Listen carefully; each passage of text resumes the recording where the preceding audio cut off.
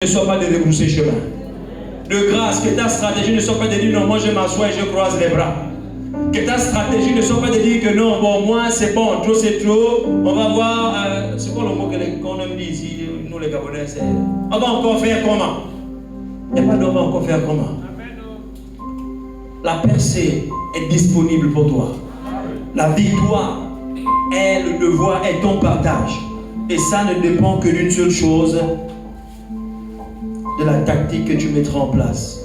Qu'aucune réclamation, qu'un hôtel familial, qu'aucune, bien-aimé, alternance au niveau de ta vie, je voulais dire autant pour moi ici, des limitations, ne puissent plus jamais être ton partage. Parce que tu n'es pas appelé à faire de la stagnation, mais tu es appelé à aller de gloire en gloire, de victoire en victoire, de progrès en progrès, de succès en succès, de percée en percée, d'élévation en élévation, d'excellence en excellence, de ce que tu veux à ce que tu veux, que tu continues de monter, de monter, de monter, et de témoigner de la puissance de ton Dieu, selon qu'il est écrit qu'à pas impératif, David les bâtit. L'objectif, c'est de battre tes ennemis. L'objectif, c'est de branler tous tes ennemis. Parce que la Bible révèle que David lui-même a témoigné qu'Éternel, tu as dispersé.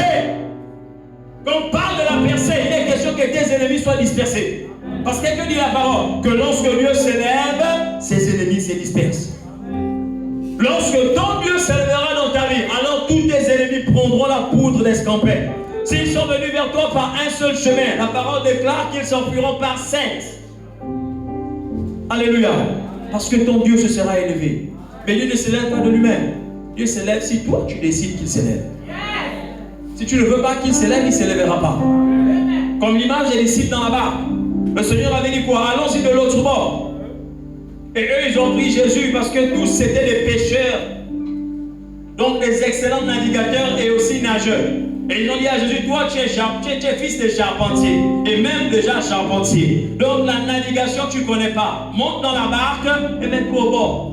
Mets-toi au fond, tant pour moi. On nous dit qu'on a donné une course, c'est-à-dire un coussin, il a posé la tête et Jésus s'est mis à dormir. Posez-vous un peu la question. On dit il y a eu tout d'un coup une tempête qui survint. Une tempête de telle enseigne que les flots de la mer, c'est-à-dire il y a eu de grandes vagues, remplissaient la barque. C'est-à-dire il y a eu la tempête, il y a eu un vent violent, puissant, hormis la pluie, bien aimé, mais les eaux s'agitaient et ça tombait dans la barque. On dit dans tout ce tumulte-là, il y a quelqu'un qui dort paisiblement. Je vois que c'est étrange et bizarre.